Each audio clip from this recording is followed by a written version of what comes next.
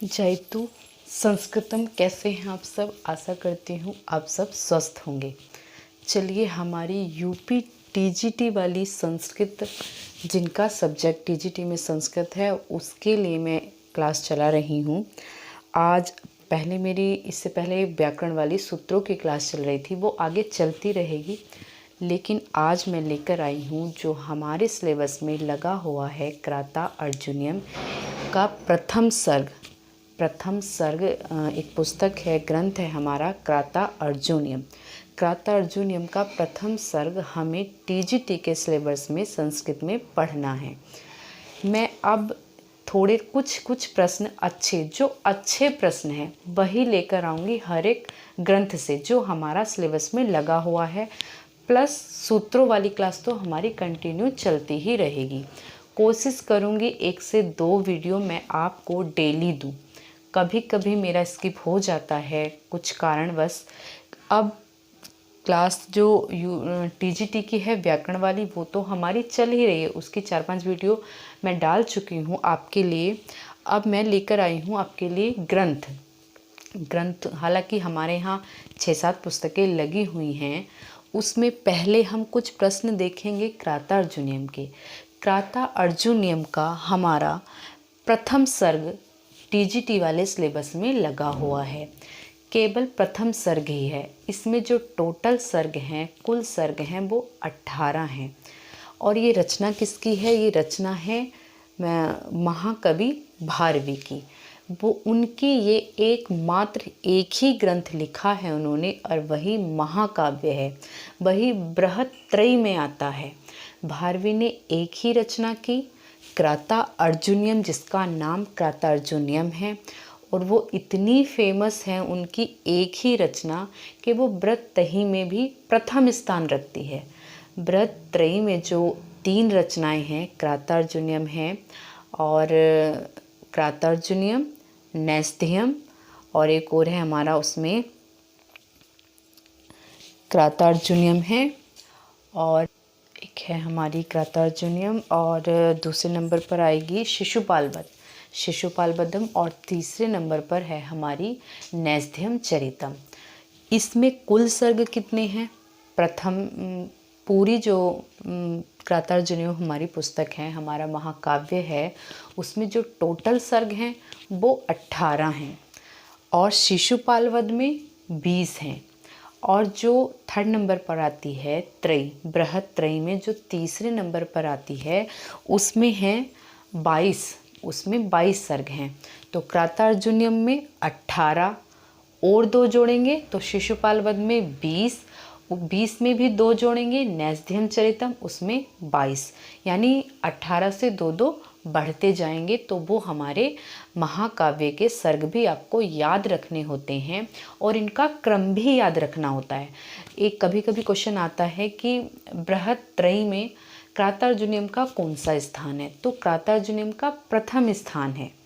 क्राता अर्जुनियम के प्रथम जो सर्ग है, जो हमारा यूपी टीजीटी में लगा हुआ है, उसमें कितने श्लोक हैं? प्रथम सर्ग में कितने श्लोक हैं? 46 श्लोक हैं।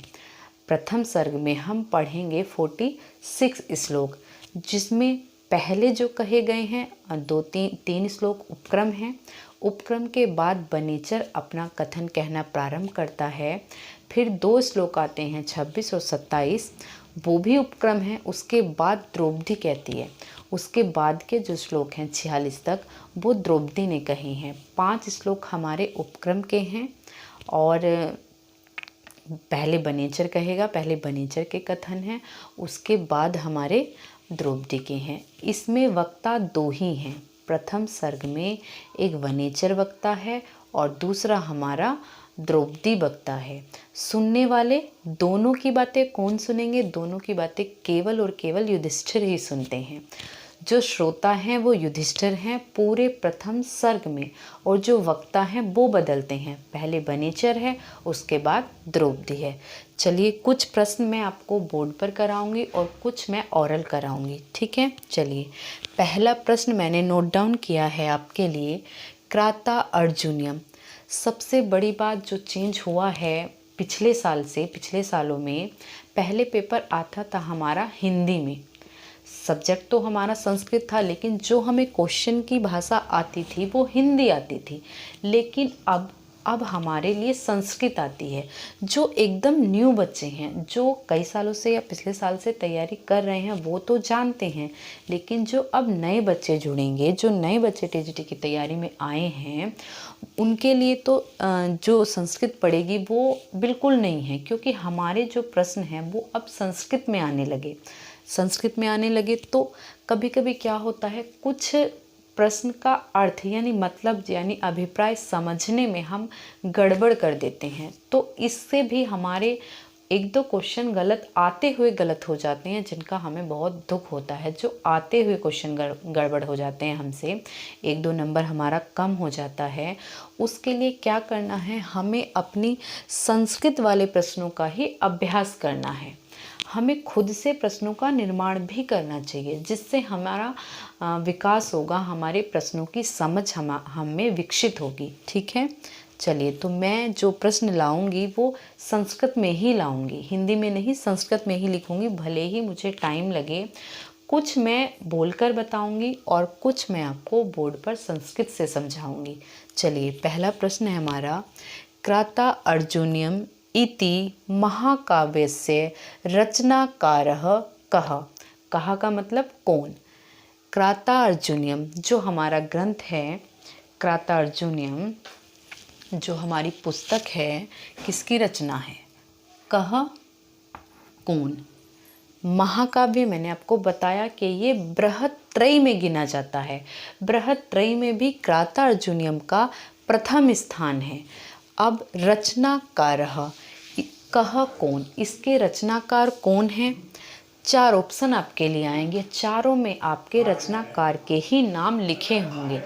तो आपको क्या करना है, माघः, कालिदासः, भारवी, श्रीहर्ष।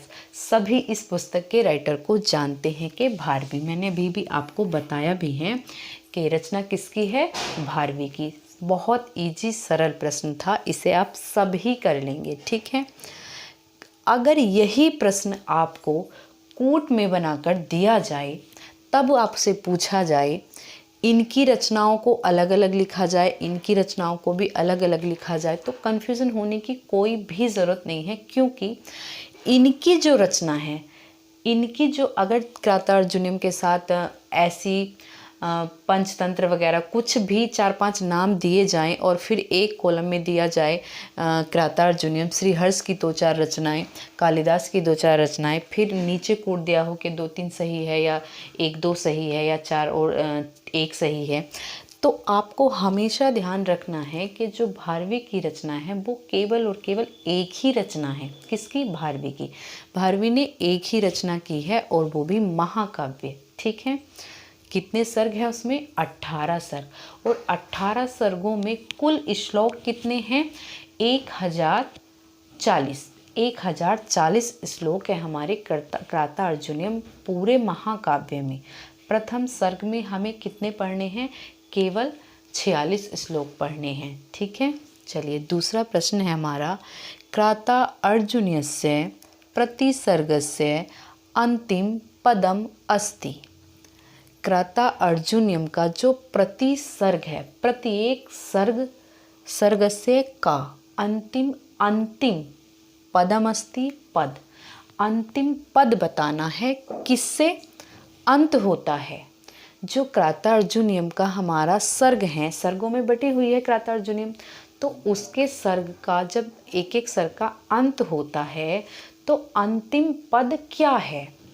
क्या अंतिम पद लक्ष्मी से अंत होता है, क्या अंतिम पद, प्रत्येक सर्ग का अंतिम पद शिव शब्द से, शिव पद से लास्ट होता है, अंतिम होता है, विभु से होता है, या श्री से होता है। देखिए, हमारे यहाँ 2 क्वेश्चन तैयार हो जाते हैं, एक क्वेश्चन में 2 क्वेश्चन तैयार हो रहे हैं।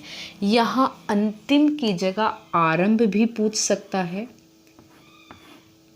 आरंभ। ठीक है, अंतिम का जो हमारा आंसर होगा वो हो जाएगा लक्ष्मी। ठीक है, क्राता अर्जुनियम के प्रत्येक सर्ग का जो अंत होता है वो होता है लक्ष्मी पद से। किस पद से, लक्ष्मी पद से, और जो प्रारंभ होता है वो होता है श्री शब्द से। इस आरंभ वाले में ये सही हो जाएगा, ठीक है, और अंतिम में लक्ष्मी। तो हमारे 2 क्वेश्चन तैयार हो गए यहाँ से। श्री करुणाधिपस्य, ये जो शब्द है श्री करुणाधिपस्य, तो जो प्रथम श्लोक है, प्रथम सर्ग का प्रथम श्लोक जो मंगलाचरण है, वस्तु निर्देशात्मक इस क्रातार्जुनीयम ग्रंथ का मंगलाचरण है।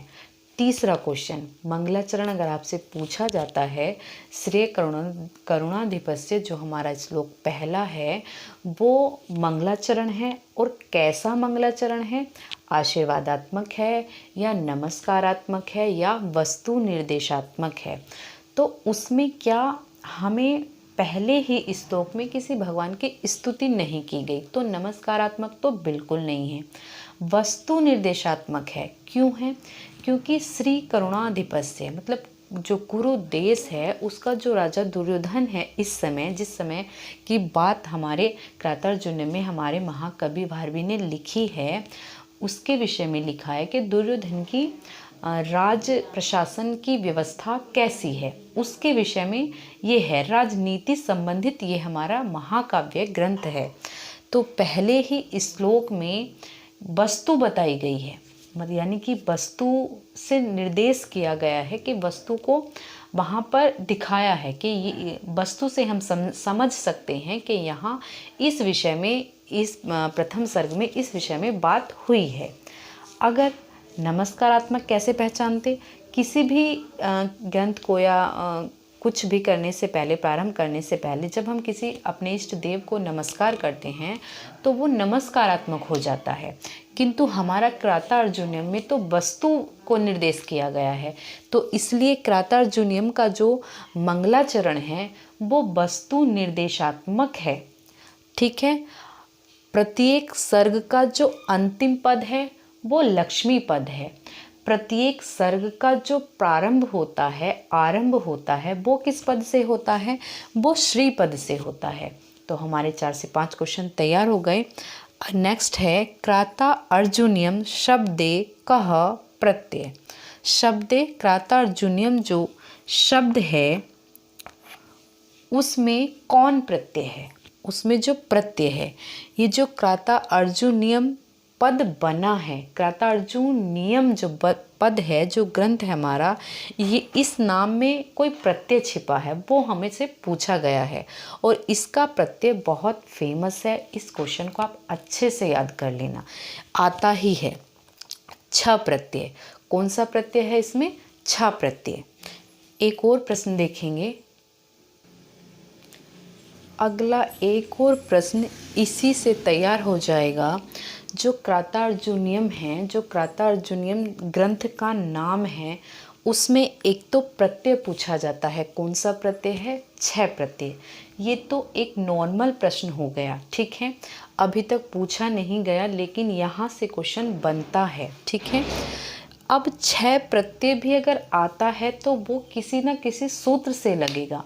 हो सकता है इस बार आपसे पूछा जाए कि छ प्रत्यय जो क्रातार्जुनीयम में लगा है वो किस सूत्र से लगा है, या सीधा ही पूछा जाए। ये बहुत अच्छा प्रश्न है, आपको नोट डाउन करना चाहिए। क्रातार्जुनीयम शब्दे कह प्रत्यय सूत्रम अस्ति। किस प्रत्यय जो छ, कौन सा प्रत्यय किस सूत्र से लगा है, छ प्रत्यय लगा है। अब छ प्रत्यय लगा है तो हमें याद होना चाहिए, हमें मालूम होना चाहिए कि ये किस सूत्र से लगा है। तो इसका सूत्र है, ये याद रखेंगे आप लोग, सीसु क्रंद यमस भ द्वंदेन्द्र जन नादिभ्यस। बहुत लंबा सा सूत्र है, सीसु क्रंद यमस भद्वंदे जन नादिभ्यस।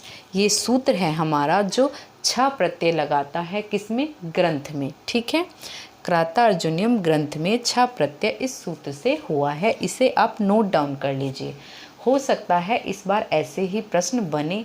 हमने याद किया कि क्रातार्जुनीयम में हमने तो प्रत्यय याद कर लिया, कुछ भी पूछा जाए, लेकिन उसने प्रत्यय ना पूछकर आपसे सूत्र पूछ लिया के 6 प्रत्यय कौन सा सूत्र करता है, उसके लिए भी आपको तैयार रहना चाहिए। ये सूत्र है शिशुक्रंद नियम, इसे आप नोट डाउन कर लीजिए, ठीक है। चलिए कुछ प्रश्न मैं आपको ओरल ही बता देती हूँ। जैसे भारवी के 2 अलंकार हैं। सबसे ज़्यादा अलंकार जो यूज़ हुआ है प्रथम सर्ग में वो अर्थान्यास अलंकार है। अगर आप 2 अलंकार इनके फेवरेट हैं, अगर पूछा जाता है प्रिय अलंकार की बात होती है कि क्राता अर्जुनियम के प्रिय अलंकार का नाम बताइए, एक पहले नंबर पर तो आता है अर्थान्यास अलंकार। अगर अर्थान्यास अलंकार आपका ऑप्शन में ही नहीं है तब आप चित्रालंकार पर जाएंगे, ठीक है। तब आप कहेंगे चित्रा अलंकार। भारवी का जो प्रिय अलंकार है वो अर्थान्यास है, लेकिन 4 ऑप्शन में से अगर अर्थान्यास नहीं आता तो आप दूसरे नंबर पर लगाएंगे चित्रा अलंकार, ठीक है। पहले पर लगाएंगे आप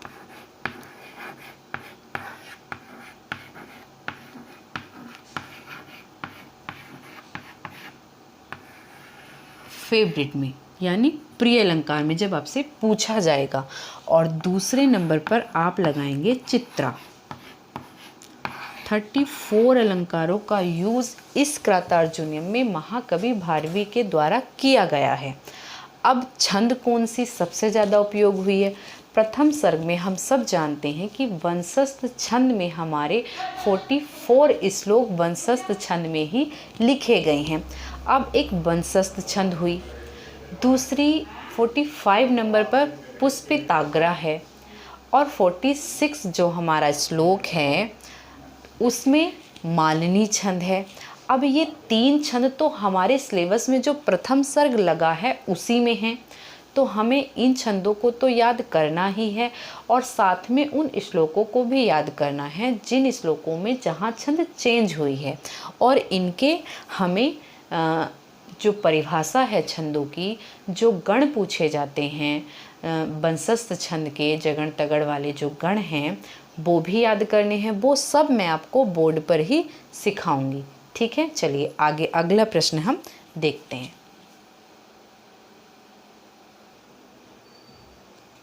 चलिए अगले प्रश्न है हमारे, क्राता अर्जुने अदैव मातृका के, अदैव मातृका का जो अर्थ है, अभिप्राय है, वो क्या है? अब जब बनेचर प्रथम सर्ग में युधिष्ठिर द्वारा नियुक्त किया गया है किस काम के लिए, कि आपको हस्तिनापुर जाना है और हस्तिनापुर जा कर के गुप्तचर बनाया है। बनेचर को क्या बनाया युधिष्ठिर ने? गुप्तचर। और उसका कैसा वेश बनाया है? ब्राह्मण वेश। ब्राह्मण वेशधारी जो बनेचर है वर्णलिंगी, उस बनेचर को गुप्तचर बनाकर युधिष्ठिर ने जब 5 पांडव द्रौपदी सहित अज्ञातवास, 1 वर्ष का तो अज्ञातवास और 12 वर्ष का वनवास जब वो वनों में झेल रहे थे, काट रहे थे, उस समय को जब लास्ट समय, अंतिम समय बचता है, तब युधिष्ठिर 5 पांडव एक रणनीति तैयार करते हैं कि हमें अब दुर्योधन की जो शासन व्यवस्था है, हस्तिनापुर की प्रजा और हस्तिनापुर का राजा उस समय दुर्योधन था, उन दोनों के बीच कैसा तालमेल है, जब इसका पता लगाने के लिए वह गुप्तचर को भेजता है, ब्राह्मण वेशधारी गुप्तचर को हस्तिनापुर में भेजता है, और वो सकुशल लौट भी आता है सारा पता वृतांत को जानकर। उस समय जब हमारा एक श्लोक आता है, अदैव मातृका जो शब्द आया वो किस लिए आया, इसी का अर्थ मैं आपको क्वेश्चन में बता रही थी। अदैव मातृका मतलब जो प्रजा थी दुर्योधन की, उस प्रजा को उसने सारी सुख सुविधाएं दी, उनके लिए हर संभव प्रयास किया। प्रजा कैसी थी? हस्तिनापुर में कृषि थी, कृषि, वो लोग प्रजा कृषि करती थी। जो खेत थे, जो कृषि करते थे, वो उनको पानी के लिए, जल के लिए ऐसी व्यवस्थाएं की थी दुर्योधन ने कि मेरे किसानों को, मेरी प्रजा को कोई भी दिक्कत ना हो। ऐसा नहीं था कि बारिश ही होगी, देवता बारिश करेंगे और हमारी फसल पकेगी, तैयार होगी, हमारे घरों में आएगी। ऐसा नहीं था। उसने देवताओं पर निर्भर ना रखकर कुछ जलाशय बनाए, नहरें बनाई, कुएं तैयार किए, यानी जल की व्यवस्था, सिंचाई की व्यवस्था बहुत अच्छी यानी सुदृढ़ कर दी थी, ताकि किसी भी किसान को कोई दिक्कत ना हो। तो अदैव मातृका, अदैव मातृका का अर्थ है कि नदी द्वारा जलाशय, नदियों पर और नहरों पर और कुओं पर आश्रित वो कृषि करते थे। वो खुद पर आश्रित, नदी जल, कूप, नहरों में पानी छोड़ा जाता है और नदियों में भी पानी छोड़ा जाता है। नदी भी बारिश में भी आती हैं और जब उनमें पानी छोड़ा जाता है तब भी चलती हैं। नदियाँ तो चलती ही हैं और नदियों में इतना पानी होता है कि वो जल्दी से नहीं सूखता। फिर कुओं की जो कुएँ थे, जो ट्वेल होते हैं, उनकी भी उन्होंने व्यवस्था की दुर्योधन ने। किसके लिए? अपनी प्रजा के लिए। तो जिस समय जिसको आवश्यकता होती थी वो अपने खेतों की सिंचाई अपनी मर्जी से कर लेता था। ऐसा नहीं था कि वो देवताओं की मर्जी से ही उसकी फसल तैयार होगी, उसकी फसल को पानी लगेगा। अगर देवताओं की मर्जी नहीं होगी, इंद्रदेव को नहीं बारिश करनी होगी, तो उनकी फसल सूख जाती थी पहले। किंतु अब उसने ऐसी व्यवस्था की थी अदैव मातृका। दैव मातृका यानी इंद्रदेव पर, यानी देवताओं की वर्षा पर निर्भर, तो अर्थ हो गया देव मातृका। अब यहाँ लिखा है अदैव मातृका। अगर आपसे पूछा जाता है अदैव मातृका का क्या अर्थ है, तो अदैव मातृका का अर्थ आपको, अगर इसका अर्थ आपको पता है तो आप खुद लगा लेंगे कि नदी, जल, कुएं, नहर पर आश्रित कृषि। इसका जो आंसर है वो हमारा डी ऑप्शन में है, नदी जलाशय आश्रित कृषि। कैसी थी व्यवस्था? नदी और जलाशय पर आश्रित। जलाशय यानी जो एकत्रित जल होते हैं जैसे कुएं वगैरह से, वो मनुष्य पर आश्रित हो गई। किंतु अगर यहाँ शब्द आए दैव मातृका, जब दैव मातृका आएगा तो देव कृपा प्राप्त है, यानी जब देवताओं की कृपा होगी तब हमें वर्षा प्राप्त होगी।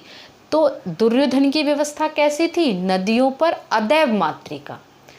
दुर्योधन की जो सिंचाई व्यवस्था थी, जो प्रजा के लिए उसने सुविधाएं की थी, उनमें एक शब्द उसने निर्माण किया, अदैव मातृका। अदैव मातृका यानी नदियों और जलाशयों पे आश्रित कृषि। पहले कैसा था? दैव मातृका। अब दैव मातृका होती तो वो दुर्योधन के पक्ष में थोड़ी ना प्रजा होती, फिर तो वो देवताओं के पक्ष में होती कि भगवान वर्षा करते हैं, हम अन्न पैदा करते हैं और आप काम करते हैं और खाते हैं। किंतु जब दुर्योधन राजा बना, दुर्योधन का साम्राज्य था जिस समय, उस समय प्रजा कैसी थी? सुखपूर्वक, यानी अपनी मर्जी से फसल को वो सिंचाई करती थी और अपनी मर्जी से ही उनको काटती थी। तो कैसी हो गई दुर्योधन की सिंचाई व्यवस्था, कृषि व्यवस्था? अदैव मातृका। दैव मातृका तो नहीं थी, अदैव मातृका। तो अदैव का अर्थ है देवताओं की कृपा प्राप्ति की जरूरत नहीं थी, वो उन पर निर्भर नहीं थे। ठीक है, तो क्राता अर्जुनियम में अदैव मातृका का क्या अर्थ है, क्या मतलब है, क्या इस शब्द को क्या कहा गया? तो इसका पूरा मतलब, तात्पर्य मैं आपको बता चुकी हूँ। अदैव मातृका यानी नदियों पर जो यानी कि कृत्रिम वर्षा यानी कि हमने जो जल की व्यवस्था की थी वो मनुष्य द्वारा बनाई गई थी, यानी कुएं, नहर और नदियों से हमने अपनी सिंचाई को सुदृढ़ किया था।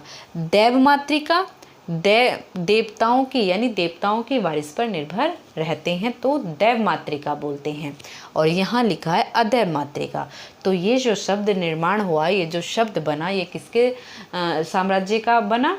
दुर्योधन के समय, दुर्योधन के साम्राज्य में अदैव मातृका प्रजा थी। ठीक है, अगला है हमारा विघाताय पद में पदे धातुर्वर्तते। विघाताय एक पद है, ये श्लोक है हमारा, तीसरे नंबर का श्लोक है हमारा। द्विषाम विघाताय विधातुम इच्छतो, वंशस्थ छंद में है। द्विषां विघाताय विधातुमिच्छतो रहस्यनुज्ञाम् अधिगम्य भूभृता। जो हमारा तीसरे नंबर का श्लोक है उसमें जो बनेचर है वो कहता है युधिष्ठिर से दुर्योधन की व्यवस्था की। जब वो लौट आया है, लौट आने के बाद जब वो वर्णन करता है और बताता है कि हे महाराज भूभृतः, हे राजा, हे राजन, हे महाराज, अब आपको द्विषाम विघाताय, द्विषाम माने शत्रुओं के, विघाताय नाश के लिए, उन्हें मारने के लिए, उन्हें मारने के लिए अब आपको इच्छा करनी चाहिए, ऐसी इच्छा करनी चाहिए। तो विघाताय, इसमें धातु कौन सी है? इसमें हन धातु है। मारने के योग में, नाश करने के योग में कौन सी धातु आती है? हमारी हन धातु आती है। ठीक है, अब हन धातु इसमें है, एक है हमारा ये जो विघाताय पद है, तीसरे नंबर का श्लोक, विदिशाम विघाताय विधातुमिच्छतो, पहली लाइन है ये हमारे तीसरे श्लोक की पहली लाइन का दूसरा पद है ये विघाताय। इसमें कहीं कहीं आपको घ प्रत्यय मिलेगा। विधातुम इच्छतो, विधातुम इच्छतो जो तुमार्थक भाववचनात् चतुर्थी विभक्ति का एक सूत्र है। जब हम कारक पढ़ेंगे तो हम उसमें देखेंगे तुमार्थक भाववचनात् जो सूत्र है कारक में, उसमें चतुर्थी विभक्ति आती है। इसमें जहाँ तुमुन प्रत्यय होता है, मारने, यहाँ अर्थ आता उनका वध करने के लिए, उन्हें मारने के लिए क्या करना था? राजा को, युधिष्ठिर को तैयार होना था। जब वो वनेचर बता रहा था, वहाँ क्या साम्राज्य क्या दुर्योधन के वर्णन करता है, तब विघाताय यानी मारने के लिए हन धातु, यहाँ जब तुमुन प्रत्यय आया तो हमने तुमुन को हटाकर विघाताय, ये जो हन धातु है, तुमार्थक भववचनात् सूत्र से इसका जो अर्थ निकालेंगे वो हम निकालेंगे विधाताय यानी मारने के लिए। प्रत्यय यहाँ घ ही आ जाएगा, धातु यहाँ हमारी हन हो जाएगी। तो इसका आंसर हमारा हन हो गया। ये आया किस श्लोक में है? प्रथम सर्ग के तीसरे श्लोक में। ठीक है, द्विषाम विघाताय विधातुमिच्छतो। ठीक है, पूरा श्लोक आप देख सकते हैं वहाँ जाकर। अगला प्रश्न है हमारा कृत प्रणाम, एक पद है। ठीक है, ये हमारा दूसरे श्लोक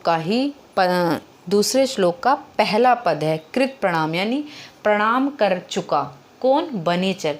प्रणाम करने के बाद, पहले वो प्रणाम करता है, फिर प्रणाम करने के बाद जब वो प्रणाम कर चुका तब वो राजा युधिष्ठिर से आज्ञा लेता है और उसके बाद वो अपना जो समाचार लाया था गुप्तचर बनकर उसे कहता है।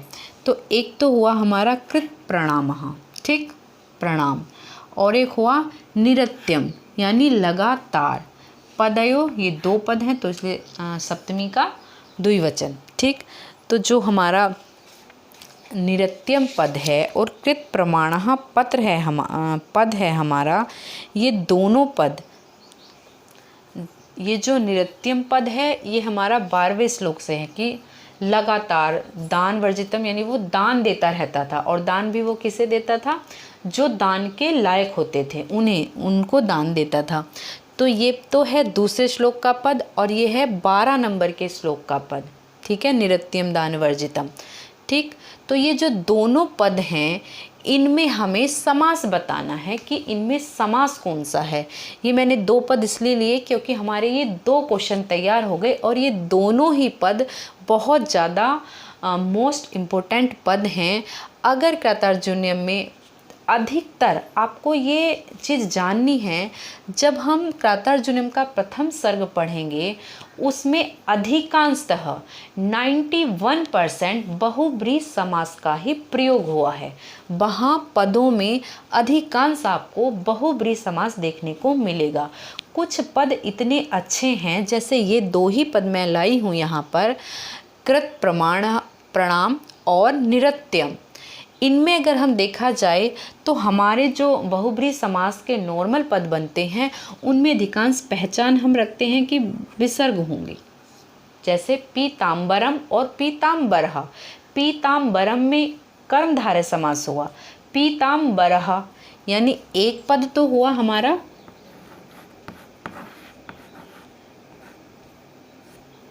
पीताम्बरः और दूसरा पद हुआ हमारा पीताम्बरम। इनमें क्या अंतर है? पीताम्बरः एक में विसर्ग का और एक में अम का, बस ये ही अंतर है, मामूली सा अंतर है, कोई ज़्यादा खास अंतर नहीं है।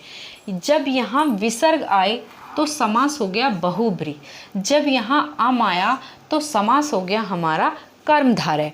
अब इन दोनों पदों में आप देखिए अम है। अगर हमने इसकी डिटेल प्रथम सर्ग की नहीं पढ़ी तो हम गलत कर सकते हैं, इसलिए मैंने कहा है कि कृत प्रणाम, इसका अर्थ हुआ प्रणाम कर चुका। कौन कर चुका प्रणाम? जो प्रथम सर्ग है, जो बनेचर है, बनेचर के बारे में ये श्लोक है। इस श्लोक में प्रणाम कौन कर चुका है, किसको कर चुका है? युधिष्ठिर को और बनेचर। निरत्यम लगातार, लगातार दान कौन दे रहा था? दान वर्जितम कौन दे रहा था? लगातार दान कर रहा था दुर्योधन। तो जब दुर्योधन दान कर रहा था तो ये पद में जो तीसरा अन्यार्थे सूत्र से जो अनेकार्थे सूत्र से जो हमारा पद निकल कर आया, अन्य पद, तीसरा पद बहुब्री समास में, इसमें दुर्योधन आया और इसमें हमारा बनेचर आया। प्रणाम कौन कर चुका? बनेचर। लगातार धन कौन दे रहा था, दान कौन कर रहा था? दुर्योधन। तो दोनों ही पदों में तीसरे पद का अर्थ निकल कर आया, इसलिए यहाँ हमारा समास हो जाएगा बहुब्री, ना कि कर्मधारय। ठीक है, कौन सा समास हुआ पदों में? बहुब्री। यहाँ श्लोक भी लिखकर दे सकते हैं, एक लाइन श्लोक की देकर आपको अंडरलाइन करेंगे कि इस पद का, रेखांकित पद का आप हमें समास बताइए कि इस पद में समास कौन सा है, और वो एक सिंगल पद भी दे सकते हैं। अगर आपको लाइन मिलेगी तो शायद आप निकाल पाएँ कि हाँ इसमें बहुब्री समास है या इसमें ये समास है।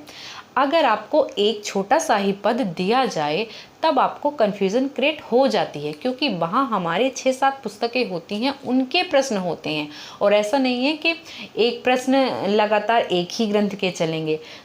बिल्कुल ऐसा होता है कि एक के बाद दूसरा, दूसरे के बाद तीसरा ग्रंथ, चौथा ग्रंथ, पांचवा ग्रंथ, ऐसे प्रश्न आते हैं। तो हमें अपने माइंड को बहुत ज़्यादा सेट करना है, ऐसा सेट करना है कि हाँ हम माइंड में पढ़ते ही पद को आ जाए कि ये इसमें बहुब्रीहि समास है। और अधिकांश आपको जो क्रातार्जुनीयम हमने ग्रंथ पढ़ा है उसका जो प्रथम सर्ग है उसमें अधिकांशतः जो प्रयोग हुआ है समास में मैं बता रही हूँ बहुब्रीहि समास हुआ है। जैसे ये 2 पद हमने पढ़ लिए और आगे भी हम पढ़ेंगे, ठीक है, पढ़ते जाएंगे। तो ये हमारे क्वेश्चन हो गए हैं। अब हम थोड़े और देख लेते हैं आगे। चलिए अगले प्रश्न देखते हैं हम। अगले प्रश्न हैं हमारे, बनेचरः इत्यत्र कः प्रत्यय। बनेचर जो शब्द है, जो पद है, इत्यत्र यहाँ, इसमें यहाँ कौन सा प्रत्यय है? यहाँ पूछा गया है हमसे कि बनेचर जो पद है उसमें कौन सा प्रत्यय है। तो बनेचर में ए ऑप्शन में दिया है घ, बी में दिया है ट, और सी में दिया है अण, और डी में दिया है आपका लेप। तो बनेचर में कौन सा प्रत्यय है? हम सबको पता है, जानते भी हैं। बनेचर में है हमारा ट प्रत्यय। कौन सा प्रत्यय? ट प्रत्यय। अब जैसे क्रातार्जुनीयम जो ग्रंथ था इसमें कौन सा प्रत्यय था? छ प्रत्यय। छ प्रत्यय में जो छ प्रत्यय किस सूत्र से था? शिशु क्रंदन दिव्य द्वंदा, ऐसे करके जो सूत्र था, लंबा सा सूत्र है वो शिशु क्रंदम। इतना ही याद होगा तब भी आप पकड़ लेंगे। उस सूत्र से तो छ प्रत्यय था। अब पूछा जा सकता है आपसे कि बनेचर में जो ट प्रत्यय है, ट प्रत्यय किस सूत्र से हुआ है? इसका छोटा सा ही सूत्र है, सूत्र देखेंगे चरेष्ट सूत्र से। कौन सा सूत्र है? चरेष्ट। चरेष्ट। इस सूत्र से कौन सा प्रत्यय हुआ है बनेचर में? ट प्रत्यय। चरेष्टः सूत्र से ट प्रत्यय हुआ है बनेचर में। तो बनेचर का कौन सा प्रत्यय है, किस सूत्र से है, ये वाला प्रश्न भी हमारा तैयार हो गया। और एक और प्रश्न जो क्रातार्जुनियम से था उसका भी हमने याद कर लिया कि 6 प्रत्यय शिशु क्रंदनम सूत्र से था। ठीक है। अब क्रातार्जुनियम जो हमारा ग्रंथ है उसमें समास भी पूछा जा सकता है। हालांकि ये तो बहुत इजी है, आप सब कर लेंगे। क्रातश्च अर्जुनश्च जो ये पद है वो द्वंद्व समास है। कौन सा समास है इसमें? क्रातार्जुनियम में द्वंद्व समास। विग्रह कैसे करेंगे?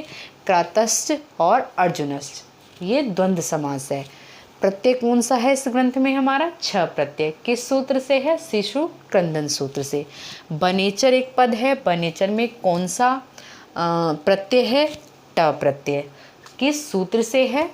चरेष्ट सूत्र से। अब यहाँ एक और प्रश्न बन जाएगा हमारा कि जो बनेचर है उस बनेचर पद में या बनेचर शब्द में कौन सा समास है?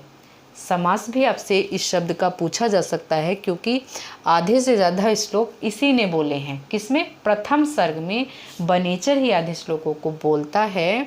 तो ये तो हमारा इम्पोर्टेंट है ही।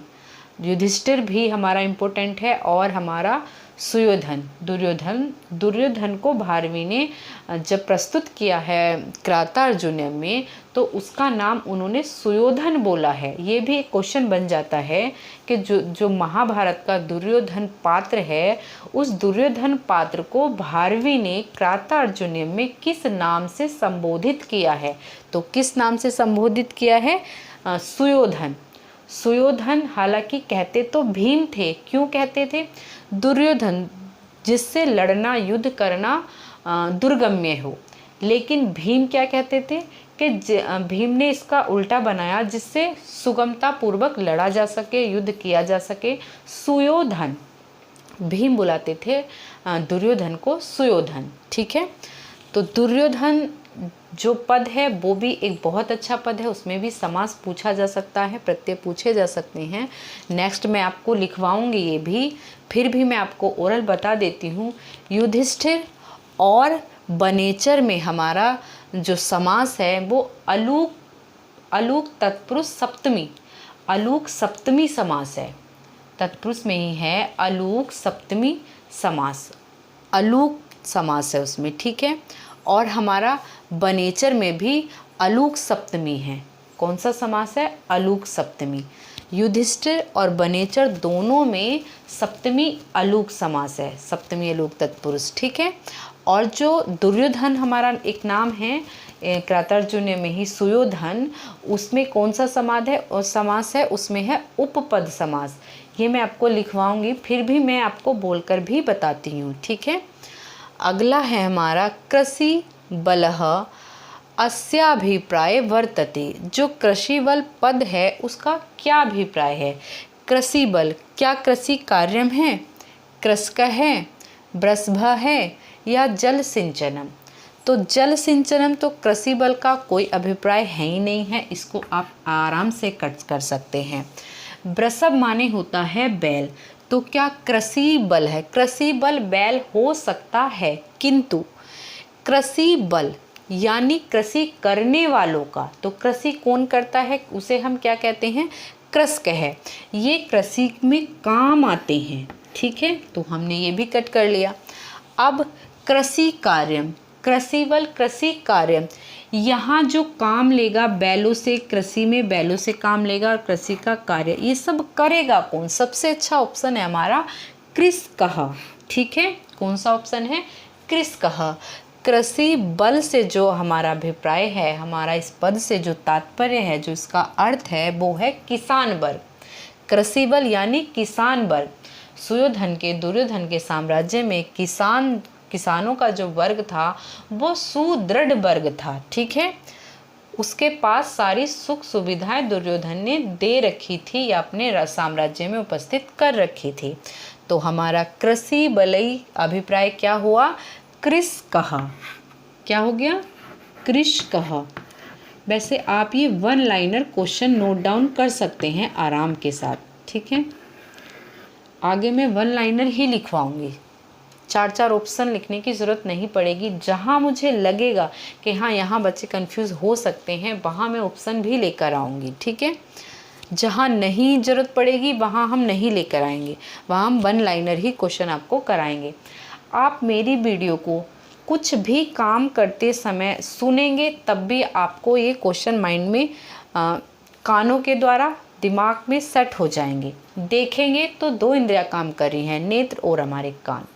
दिमाग भी साथ साथ काम करता है, सुनता भी है, आंखें भी, कान भी, और हमारा एकांत होना। तात्पर्य है कहने का कि हम सुन भी रहे हैं, बोल भी सकते हैं, साथ साथ दोहरा भी सकते हैं। आप वीडियो के साथ साथ जैसे मैं बोल रही हूँ वैसे आप याद कर सकते हैं, देखकर, सुनकर और समझकर।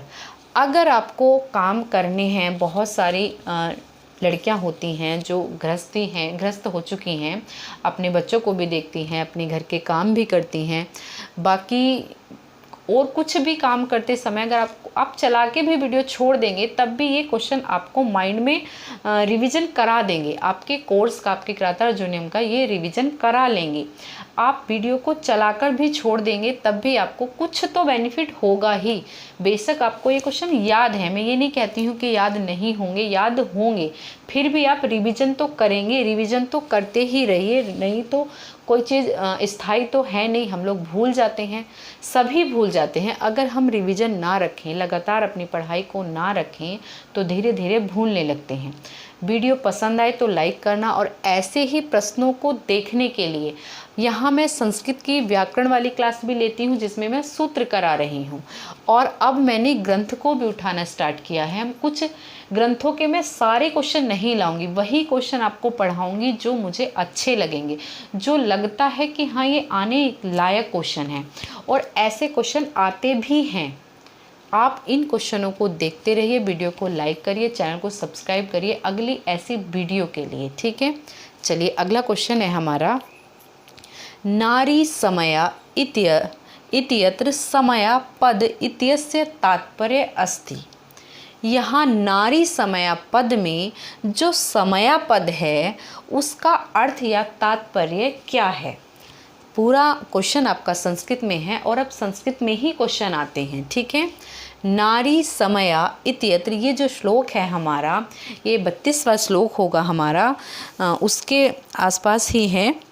तो ये कौन बोल रही है? ये द्रौपदी बोल रही है। किससे बोल रही है? युधिष्ठिर से बोलती है कि मैं नारी हूँ और नारी पुरुषों को उपदेश नहीं देती, ये मैं समझती हूँ, ये मैं जानती हूँ, किंतु मेरे मन की जो दुष्ट मनोव्यथाएं हैं वो मुझे बोलने के लिए प्रेरित कर रही हैं। जब प्रेरित कर रही हैं तो मैं नारी समया, मैं उन मर्यादाओं को तोड़कर उससे भी ज़्यादा शब्द आपको कह रही हूँ। हालांकि मेरा मन कहना नहीं चाहता, फिर भी नारी समया मुझसे वो बुलवा रही हैं। क्या? मेरे मन का जो दुख है। जब युधिष्ठिर आते हैं वनेचर की बात सुनकर, तो भीम, नकुल, सहदेव और अर्जुन और द्रौपदी सहित जब द्रौपदी के भवन में आते हैं तो जैसा वनेचर ने उनसे वृतांत बतलाया था वैसा ही वृतांत वो उन चारों भाइयों के समक्ष और द्रौपदी के समक्ष वैसे ही प्रस्तुत करते हैं। जब वो जैसा वनेचर ने बताया वैसा ही प्रस्तुत करते हैं तो द्रौपदी को गुस्सा आता है, वो क्रोधित हो उठती हैं और वो कहती हैं कि हमारे जो शत्रु हैं उन शत्रुओं का आप कितने आराम से वर्णन कर रहे हैं, उनकी प्रशंसा कर रहे हैं। उन द्रौपदी को ऐसा लगता है, इसलिए वो द्रौपदी का तो अपमान हुआ था, जब वो अपने जिससे अपमान पाया है उसकी प्रशंसा सुनेगी तो क्रोधित तो होगी ही। किंतु युधिष्ठिर भी झूठ तो बोलते नहीं थे, जैसा वनेचर ने बताया और वनेचर ने भी जैसा देखा बिल्कुल ठीक सही सही बातें युधिष्ठिर को बतलाई, और युधिष्ठिर ने वही सही बातें द्रौपदी और अपने भाइयों के समक्ष रखी। तब वो क्रोधित हो जाती हैं और कहती हैं युधिष्ठिर से कि नारी समया, मतलब मेरा जो मन है, मेरा जो अंदर से मेरा दुख बोल रहा है, जो द्रौपदी है वो अंदर से तो उसे बहुत दुख होता है, वो बोलना तो नहीं चाहती, फिर भी जब युधिष्ठिर सारी बातें उससे बताते हैं, युधिष्ठिर अपने भाइयों और द्रौपदी से वो सारी वृतांत बतलाते हैं जैसे का तैसा, तो वो बहुत ज़्यादा दुखी हो जाती हैं और वो तब उनसे कहती हैं। तो ये जो पद है हमारा, नारी समया, निरस्त नारी समया दुराधया, तो ये हमारा श्लोक है, उसमें द्रौपदी बोलती हैं। 28वां श्लोक है ये, आप देखेंगे उसमें, भवादृशेषु प्रमदा जनोदिता, भवादृशेषु प्रमदा जनोदिता, भवत्याधीशेप इवानुशासनं, भवत्याधीशेप इवानुशासनं, तथापि वक्तुं व्यवसायन्ति मां, तथापि वक्तुं व्यवसायन्ति मां, निरस्तनारी समया दुराधया, निरस्तनारी समया दुराधया। दुराधया, आधया मेरे अंदर, माम मेरे आधे अंदर, जो दुष्ट मनोव्यथाएं हैं, मेरे मन का जो दुख है वो मुझे बोलने के लिए प्रेरित कर रहा है। भवादृशेषु यानी युधिष्ठिर जैसे लोगों को, प्रमदा स्त्री जनों का उपदेश देना अपमान के समान है, ऐसा मैं समझती हूँ, ऐसा द्रौपदी कह रही हैं, ऐसा मैं जानती तो हूँ, किंतु मेरे अंदर जो दुख है, मेरे अंदर जो मेरे मन की जो दुष्ट मनोव्यथाएं हैं वो मुझे बार बार बोलने के लिए प्रेरित करती हैं। बहुत अच्छा श्लोक है, आप पढ़ के देखेंगे तो बहुत अच्छा लगेगा। नारी समया मतलब नारियों की जो मर्यादाएं हैं, कि नारी उपदेश पुरुषों को उपदेश नहीं देती, ऐसी जो मर्यादाएं हैं मैं उन्हें तोड़कर भी बोल रही हूँ, ऐसा वो कहती हैं। तो यहाँ हमारा समया जो पद है, इतस्य तात्पर्य, इसका अर्थ हो जाएगा मर्यादा। ठीक है, मर्यादा या सीमा, मर्यादा या उन सीमाओं को मैं लांघ रही हूँ, उनको मैं तोड़ रही हूँ, तोड़ने के लिए मजबूर हूँ, क्योंकि मेरे अंदर जो दुख है वो इतना अधिक है कि मैं उससे ज़्यादा जो नहीं बोलना चाहिए उससे ज़्यादा मैं बोल रही हूँ। भवादशेषु जो पद आया है वो युधिष्ठिर के लिए आया है, क्योंकि श्रोता तो युधिष्ठिर ही हैं। पूरे प्रथम सर्ग में वक्ता 2 हैं लेकिन श्रोता एक ही हैं, युधिष्ठिर। अगला क्वेश्चन है हमारा, यमौ कह इस्तः, यमौ किसके लिए आया? यमौ का मतलब द्विवचन है, तो दो पांडव हैं, 2 जुड़वा पांडव कौन कौन है? नकुल और सहदेव। यमौ गजौ वनांत सैया कठनी कृताकृति, मतलब कठोर भूमि पर हाथी के समान, हाथी के 2 बच्चों के समान कौन है? नकुल और सहदेव। उनकी दशा का जब वर्णन करती हैं द्रौपदी, तब भी बहुत ही अच्छा वर्णन उन्होंने किया है। श्लोक में कहती हैं कि वनांत सैया कठनी कृताकृति, इतनी कोमल सी शरीर वाले हाथी के समान जुड़वा बच्चों के समान इतनी कठोर भूमि पर सोते हैं, क्या इनकी दशा को देखकर तुम्हें तरस नहीं आता? क्या तुम्हारा दुर्योधन पर क्रोध जागृत नहीं होता? मतलब वो उन्हें पूरे आधे प्रथम सर्ग के आधे श्लोकों में द्रौपदी युधिष्ठिर को क्रोध दिलाने में, मतलब उन्हें क्रोधित करने के लिए कि ये क्रोधित हों और युद्ध के लिए तैयार करती है, उन्हें सुनाती है, बहुत ज़्यादा सुनाती है, और सारे भाइयों की दशाओं का वर्णन भी करती है कि ये कैसे मखमल के गद्दों पर सोते थे और आज भूमि पर सो रहे हैं।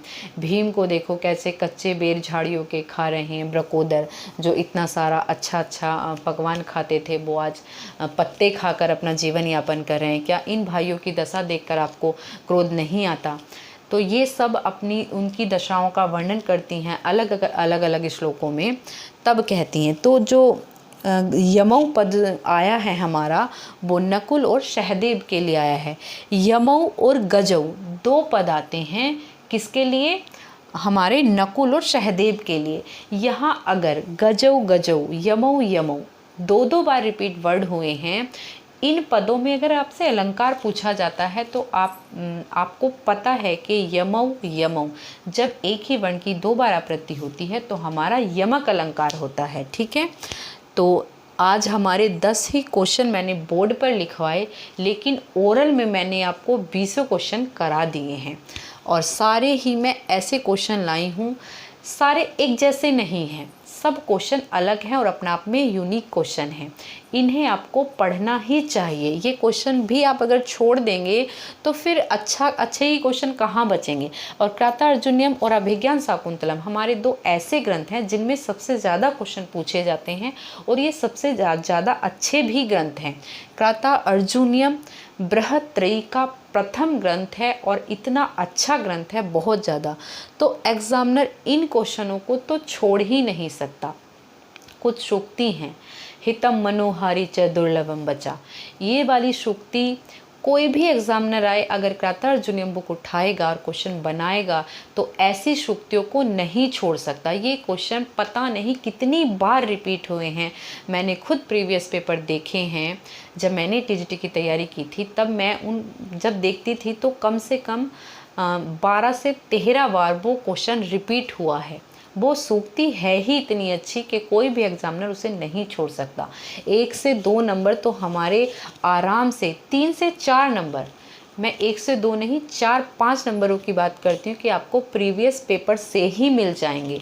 ऐसे क्वेश्चन जो बार बार आते हैं, जैसे बनेचर में प्रत्यय, युधिष्ठिर में समास, इन शब्दों को हितम मनोहारी दुर्लभ बचई, ये वाली सूक्ति किस ग्रंथ से ली गई हैं। अब अगर ज़्यादा से ज़्यादा हार्ड करेगा क्वेश्चन को तो क्या करेगा, वो पूछेगा कि ये कौन से नंबर का श्लोक है, बस इतना पूछेगा। हालांकि 1-2 क्वेश्चन पिछले साल भी ऐसे आए थे कि नंबरिंग पूछी थी, तो जब हम वाचन करेंगे तो हमें नंबरिंग भी याद होगी।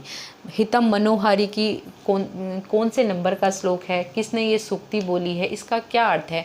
जब आप सारी व्याख्या अच्छे से पढ़ेंगे तो इस श्लोकों में अपने आप ही बहुत सारे क्वेश्चन बन जाते हैं। हम तो यहाँ केवल अभ्यास करेंगे और ऐसे क्वेश्चन, मैं आपसे वादा करती हूँ, मैं ऐसे क्वेश्चन आपको पढ़ाऊंगी सारे ही जो क्राता अर्जुनीयम अगर ग्रंथ से एग्जामिनर रखेगा तो वो कहीं बाहर नहीं जाएंगे। बस शर्त ये है कि जो मैं बोलती हूँ ओरल, वो भी आपको ध्यान से सुनना है, वो भी आपको सुनना है, वो भी मेरे क्वेश्चन ही हैं। केवल बोर्ड पर ही जो क्वेश्चन लाई हूँ केवल वही नहीं, जो मैं बोलूँगी, जो मैं आपको एक्स्ट्रा भी नॉलेज दूंगी, वो भी क्वेश्चन बनकर तैयार हो जाते हैं। इसलिए आप मेरी वीडियो को बस सुनिए, लाइक आए तो लाइक हो तो पसंद कीजिए, पसंद हो तो लाइक कीजिए और सब्सक्राइब कीजिए। मैं क्राता अर्जुनीयम की तैयारी आपकी 10 से 12 क्वेश्चनों की बड़े आराम के साथ करा देंगे और 4 से 5 दिन लगेंगे, ज़्यादा भी लगेंगे, कोई दिक्कत नहीं है। अभी हमारी कोई डेट नहीं आई है और इसके बाद एक तो हम सूत्र वाली क्लास लेकर चलेंगे और ये वाली क्लास लेकर चलेंगे। ग्रंथों के अच्छे प्रश्न करेंगे, प्रमुख प्रश्न करेंगे, इम्पोर्टेंट प्रश्न करेंगे, सारे नहीं करेंगे। बस आपको धीरे धीरे ये वाली श्रृंखला हमारे साथ पढ़नी है, पढ़ते चलिए और अपनी तैयारी को बढ़ाते चलिए। अब मिलते हैं आगे की वीडियो में, तब तक के लिए जयतु संस्कृतम।